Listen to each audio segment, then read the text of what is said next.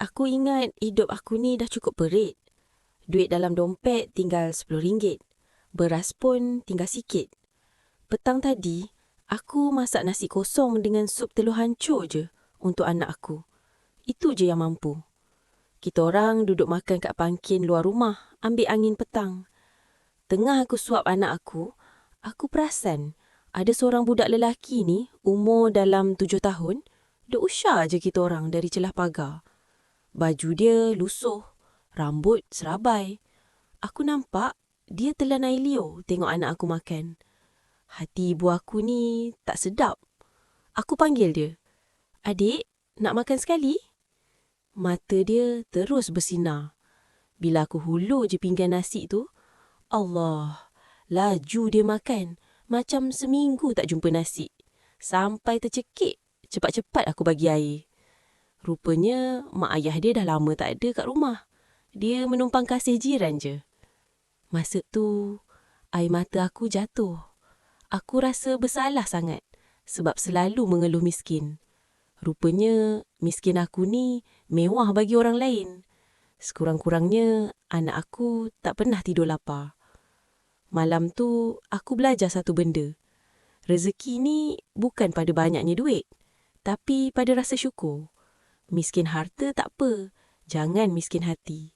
Nak cerita? 5 tahun aku hidup macam yatim piatu, walaupun mak ayah masih ada. Aku mengaku, dulu aku jahat. Aku buat silap besar sampai mak ayah halau aku sehelai sepinggan. Memang patut pun aku kena buang. Aku bawa diri ke Singapura, kerja kuli siang malam nak tebus dosa. Alhamdulillah, berkat usaha, sekarang aku kerja oil and gas dekat Qatar. Gaji selesa, hidup mewah. Tapi hati aku kosong. Duit banyak mana pun tak mampu beli restu mak ayah. Semalam, tiba-tiba, adik bongsu aku yang paling benci aku dulu hantar satu mesej. Tangan aku menggigil bila buka mesej tu. Rupanya dia hantar gambar mak ayah tengah makan. Dia cakap, "Abang, baliklah. Mak selalu sebut nama kau dalam doa." Jantan aku gugur air mata, Beb. 5 tahun aku tunggu saat ni. Adik-beradik aku dah mula lembut hati. Raya tahun ni, aku nekat. Aku dah beli tiket flight balik Malaysia. Aku tak minta banyak. Cuma satu peluang untuk sujud cium kaki mak ayah pagi raya nanti. Doakan aku, ya. Nak cerita? Jangan sesekali hina orang yang nampak selekeh. Aku pernah kena sound dengan sini aku sebab layan seorang pakcik ni. Rupa dia memang marhain habis. Baju pagoda, kain plekat lusuh, pakai selipar Jepun je masuk showroom kereta mewah tempat kerja aku. Sini aku bisik. "Weh Lan, buang masa lah layan orang tua tu. Entah-entah nak tumpang aircon je. Pergilah cari customer yang nampak berduit sikit." Aku kesian, aku layan je. Aku bagi air mineral, aku terangkan pasal kereta MPV paling mahal kat situ, walaupun aku tahu mungkin dia tak beli. Pakcik tu senyum je, dia dengar tekun. Tiba-tiba dia tanya, "Dek, kalau pakcik nak bayar penuh hari ni, boleh bawa balik terus tak? Ini hadiah untuk anak pakcik baru habis belajar." Tenganga sini aku kat belakang. Rupa-rupanya pakcik tu jutawan tanah Felda, cuma jenis tak menunjuk. Hari tu juga dia swipe card, bayar cash RM200,000 lebih. Commission tu semua dapatkan aku. Sini aku, muka terbalinci, terus masuk office buat-buat sibuk. Itulah, jangan ingat orang pakai kod jara duit. Kadang-kadang yang pakai selipar Jepun tu lagi tebal poket dia dari kita. Nak cerita? Jiran depan rumah aku ni memang king of flex. Pantang nampak aku basuh kereta lama aku, mesti dia perli. "Eh bro, tak tukar lagi kereta buruk ni?" Tengok aku, baru angkat SUV baru, merah menyala. Aku senyum je. Malas nak cakap kereta buruk aku ni geran dah ada dalam tangan. Dia hari-hari post kat IG, makan wagyu, lepak kafe hipster, OOTD baju branded. Sampailah satu malam tu, dalam pukul 11 lebih, pintu rumahku kena ketuk. Aku buka je, nampak jiran aku tadi. Muka dia yang selalu bongkak tu, nampak tebal. Dia cakap perlahan gila. "Bro, kau ada RM50 tak? Boleh aku pinjam kejap? Susu anak aku habislah. Gaji tak masuk lagi ni." Aku terdiam. Kereta baru berkilat kat garaj. Rim sukan. Tapi RM50 untuk anak pun sesak. Aku bagi je lah duit tu. Anggap sedekah. Tapi itulah pengajarannya, geng. Biar nampak sengkit, janji tidur lena, tak hutang keliling pinggang. Jangan biar apa-apa, asal bergaya. Nak cerita? Korang pernah tak pergi reunion sekolah? Mesti ada seorang member yang terpaling berjaya. Semalam, aku pergi reunion. Ada seorang mamat ni, nama dia Dino. Dari awal sampai habis dia konkret meja. Dia tanya aku, kau kerja apa sekarang, Mat? Masih makan gaji ke? Tengok aku, buat bisnes, income 5 angka sebulan. Tak payah hadap bos. Aku senyum je. Cakap, Alhamdulillah, rezeki masing-masing. Dia gelak sinis. Kesian kau, Mat. Kalau nak ubah hidup, roja aku. Bila time nak bayar, Dino ni acah-acah keluarkan dompet tebal dia, nak belanja satu meja konon. Tiba-tiba, pelayan datang, letak resit, tapi pelayan tu terus pandang aku. Pelayan tu cakap, Tuan Mat, macam biasa ke? Atau malam ni Tuan nak belanja semua? Satu meja senyap. Dino terus pucat. Rupanya, dia tak tahu. Restoran yang kita orang makan tu, aku punya. Franchise ke-5 aku baru buka. Itulah, jangan hina orang makan gaji. Diam-diam ubi berisi. Nak cerita? Semalam aku singgah kedai runcit. Depan aku ada seorang bapa dengan anak perempuan dia. Umur dalam 5 tahun. Bapa dia nampak sangat lusuh. Baju kerja kontrak penuh debu simen. Anak dia tunjuk satu coklat ni. Harga RM3 lebih je. Dia cakap, Ayah, adik nak ni boleh? Bapa dia selup poket. Keluar segenggam duit shilling. Dia kira satu-satu kat tapak tangan. Muka dia terus berubah keruh. Duit tak cukup.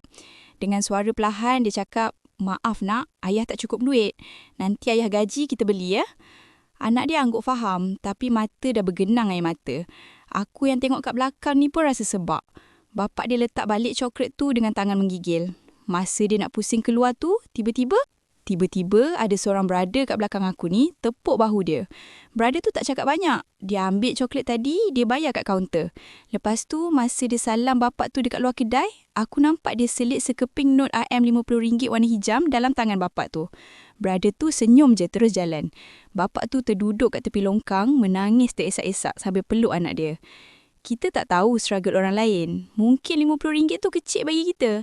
Tapi bagi dia, tu rezeki paling besar hari tu. Kalau mampu tolong, kita tolonglah. Nak cerita? Tadi aku singgah makan fast food kejap. Depan meja aku, ada seorang nenek ni, duduk sorang-sorang.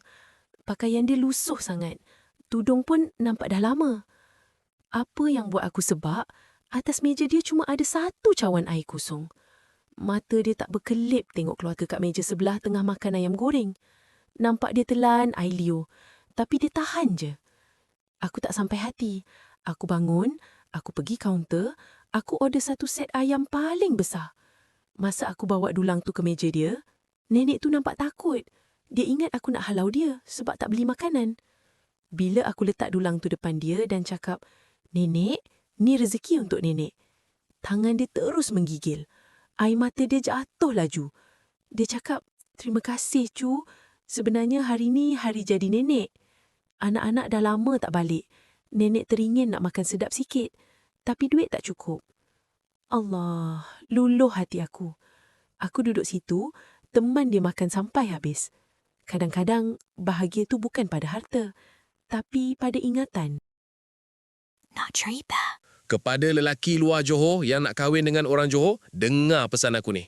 Adat tol dorang bukan main-main. Aku ingat tol tu setakat 2-3 pintu je, macam biasa. Sekali dari sempang jalan masuk sampai ke Pelamin, ada dekat 10 checkpoint. Mula-mula aku hulur sampul RM10. Cool lagi. Masuk pintu pagar, kena lagi. Depan pintu rumah, kena lagi. Depan bilik pengantin, kena lagi. Duit kecil aku dah habis licin. Masa makcik-makcik dia tahan aku depan Pelamin, aku dah panik. Dompet kosong, beb. Kesian member-member rombongan aku. Terpaksa diorang seluk poket masing-masing nak selamatkan aku. Ada member aku sampai terpaksa hulur not RM50 sebab tak ada duit kecil. Semata-mata nak bagi aku lepas duduk sanding. So, pengantin perempuan, tolonglah pesan kat laki korang. Siapkan 200 keping sampul RM1. Jangan sampai rombongan lelaki kering tengah jalan. Malu Nak cerita? Kesian kan mak ayah awak tak nampak muka anak-anak semua? Masa aku pergi interview kerja, Bila penemu duga tahu mak abah aku buta, dia tanya soalan yang buat aku tersentak. Dia tanya, macam mana dorang besarkan awak ya? Kesian kan, mak ayah awak tak nampak muka anak-anak semua. Aku senyum je. Aku pandang tepat mata dia. Aku jawab, Tuan, macam nilah mak abah buta besarkan saya. Dengan kasih sayang dorang yang tak nampak itulah, saya berjaya berdiri depan Tuan hari ini dengan segulung ijazah. Terdiam terus penemu duga tu. Orang ingat orang buta tak nampak. Dorang tak tahu apa-apa. Salah. Mak aku tengok muka aku guna jari. Dia raba pipi aku. Abah aku tengok baju aku dengan tangan. Dia pastikan baju aku tak singkat.